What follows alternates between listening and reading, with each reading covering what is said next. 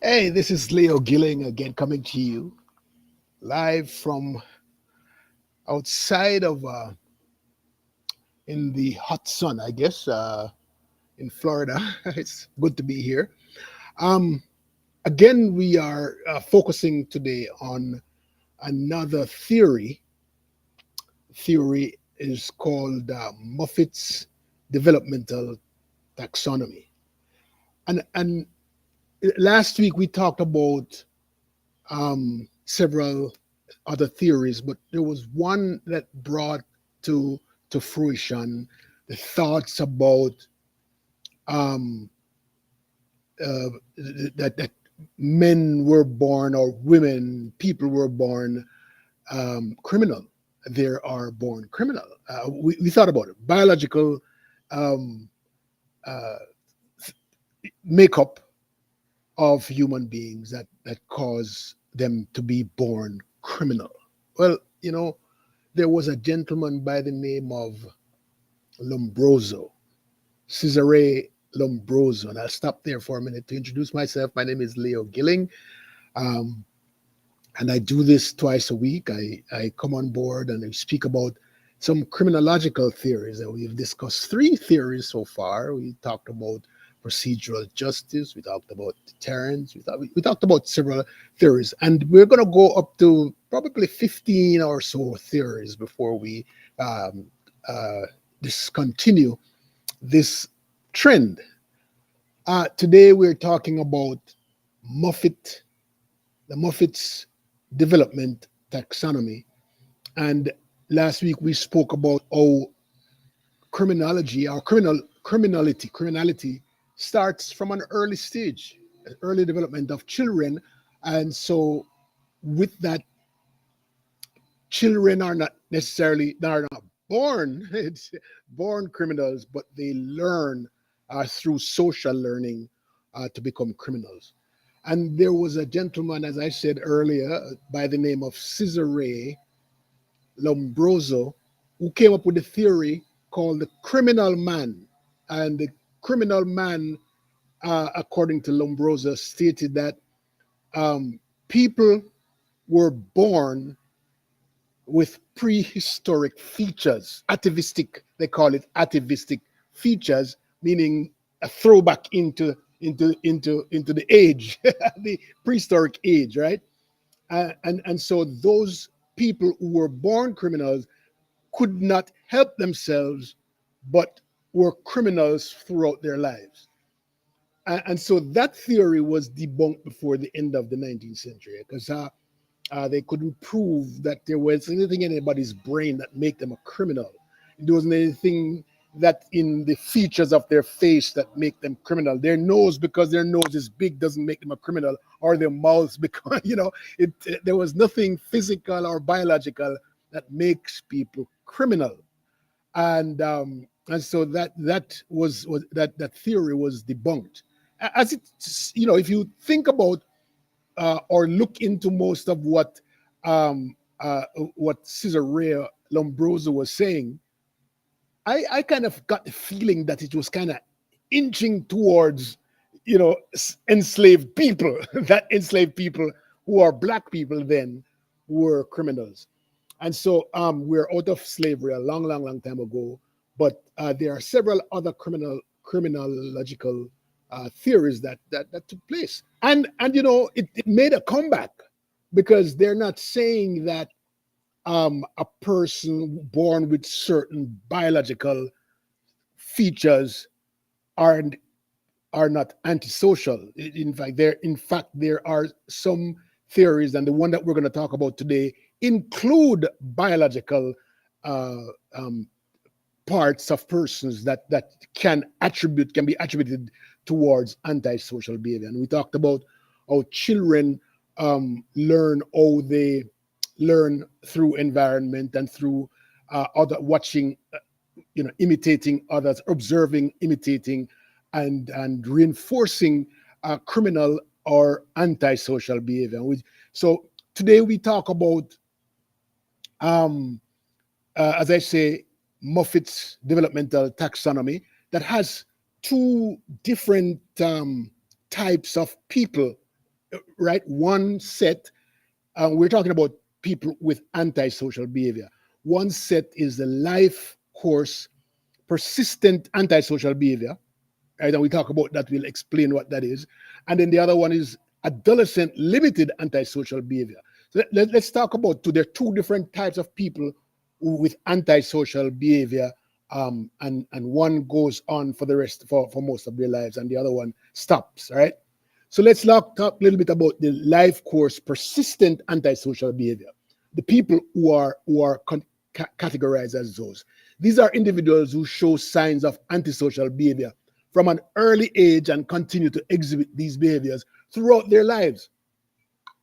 Moffitt, the theory suggests that biological and neurological factors combined with difficult upbringing can contribute to persistent pattern of behavior. And these people will go on beyond age 15, beyond age 20, beyond age 30. In fact, most of the prisoners, most of the inmates in prisons in America, they would, you'll find a lot of blacks in prison, and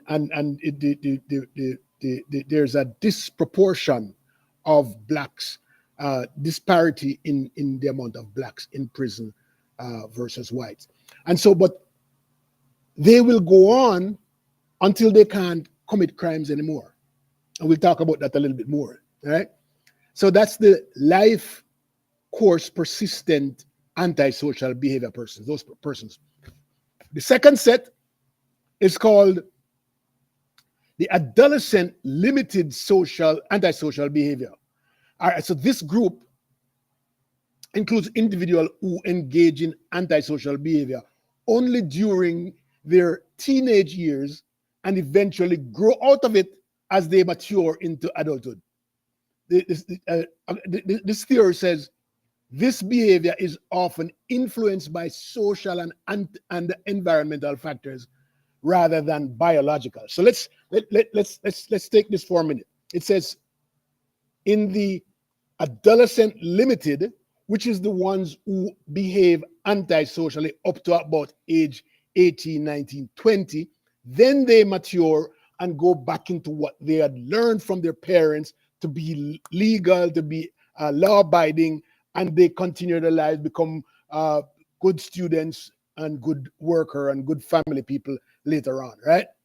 And then, so those people were influenced by someone else who was teaching them antisocial behavior. So it's probably also from their environment, the kind of homes that they grew up in, or the kind of community that they grew up in, and the persons that they're associating with. You know, like the people who go into groups and the group says, let's do this, and they all do it, and then they stayed with it until they're like 17, 18, and then they jump out of it. They say to themselves, oh, this is not what I want to do. I want to have a degree. I want to go to college. I want to have a good job. I want to buy a nice home and live the American or the Jamaican dream, right?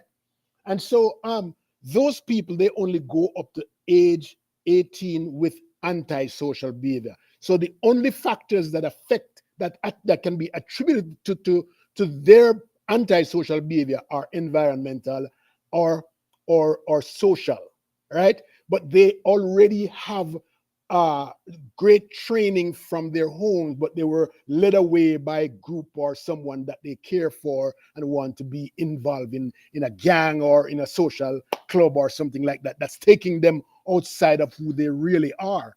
And then once they get to 20, then they jump back into themselves and say, I want to live a different life.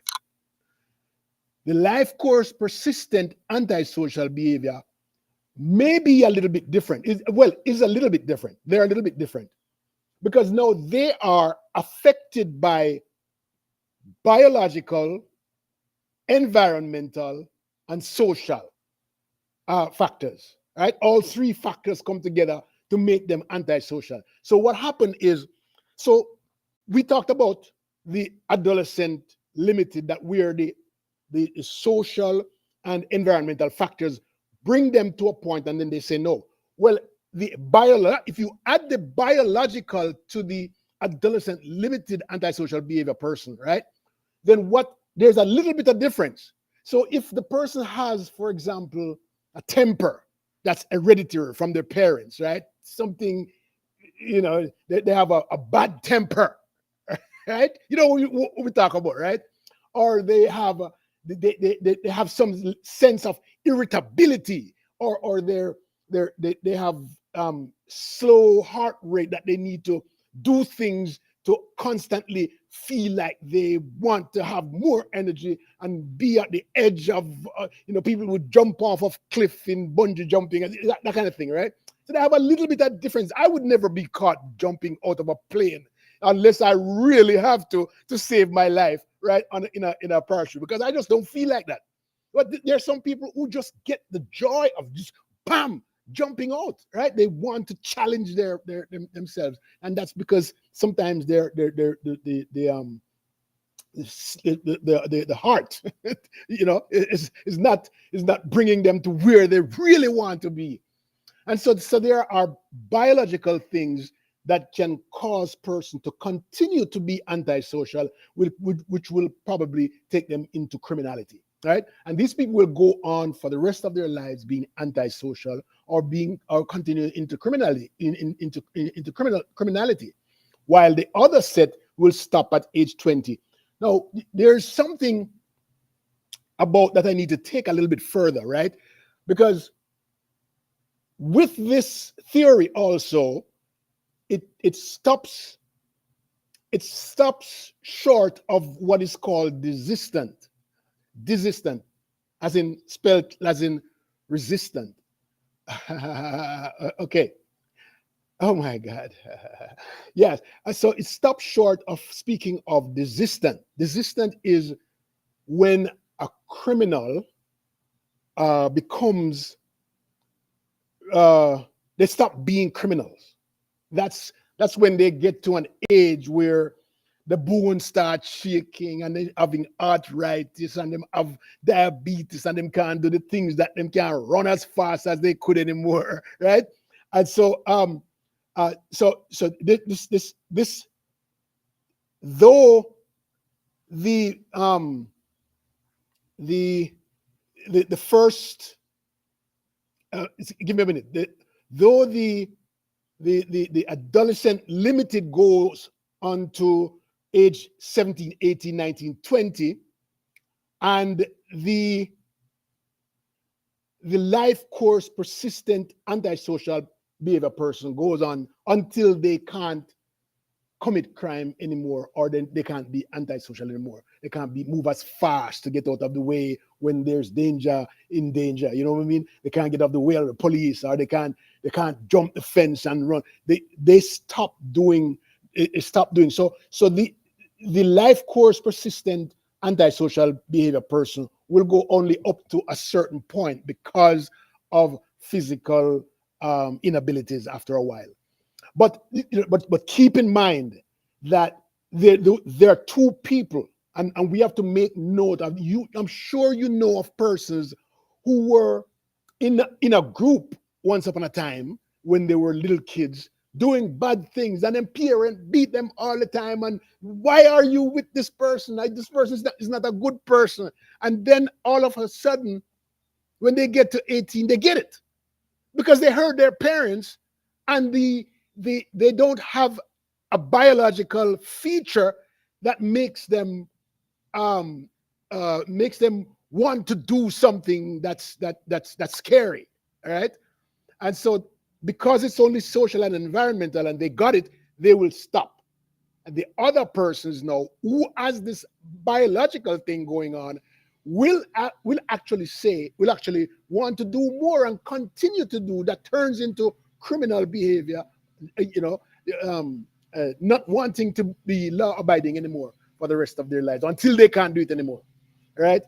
So I'm sure that we have gone through those two types of people who behave antisocially, one up to age 18 and 20, and the other one up for a while. The theory aims to provide insights into why people exhibit different patterns of antisocial behavior and how these behaviors might develop over time. It helps professionals understand and potentially intervene in lives of individuals exhibiting such behaviors. So if we understand who is a life persistent antisocial behavior person, right? If we understand that there's a biological feature that makes them want to go further, then we can treat that.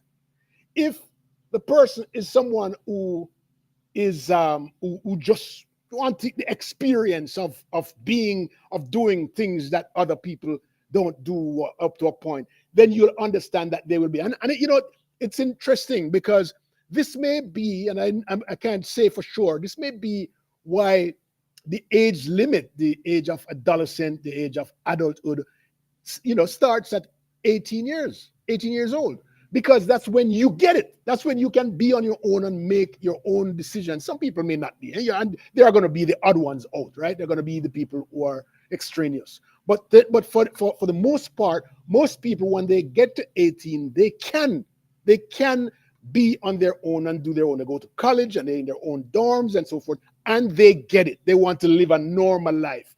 They are not the life persistent antisocial behavior person, right? They are the limited antisocial, the limited version, right? They only go up to that point. So biological and social factors both contribute significantly to antisocial behavior, though complex interactions between genetic predispositions and environmental factors can also. Research indicates that genetic influences account for approximately 50% of the variance of antisocial behavior. Genetic predispositions can manifest in personality traits such as impulsivity and risk-taking, which are associated with antisocial behavior. Additionally, neurological mechanisms such as low resting heart and low skin conductance have been linked to increased antisocial behavior. So, you know, hopefully this can get us a little bit where we can understand who we are dealing with, who are the children, the types of children that we are dealing with. Are they going to get out of it and then get it and then become good citizens? Or do they have something biological that's going to influence them further, taking them into criminality, a life of criminality? We have to understand but there is no such thing as the theories do not support anything that says you were born a criminal. You were born with little traits that, once mixed with your social environment and other things, can make you antisocial, but it doesn't make you into a criminal. It doesn't say that you're a criminal. So Cesare Lombroso's theory was debunked early, very early, and now we have several other. So today we discuss Moffitt's development taxonomy, and I hope that we have been able to clear up some misunderstandings about whether or not you're born criminal. You're not born criminal. Everybody learns criminality through social learning. We talked about social learning last week. All right, this is Leo Gilling, and thank you so much. You can see that I'm sweating. I'm outside enjoying the weather. And it's great being here. Thank you so much for joining me, and then we'll talk again soon. Have a nice day now. Bye-bye.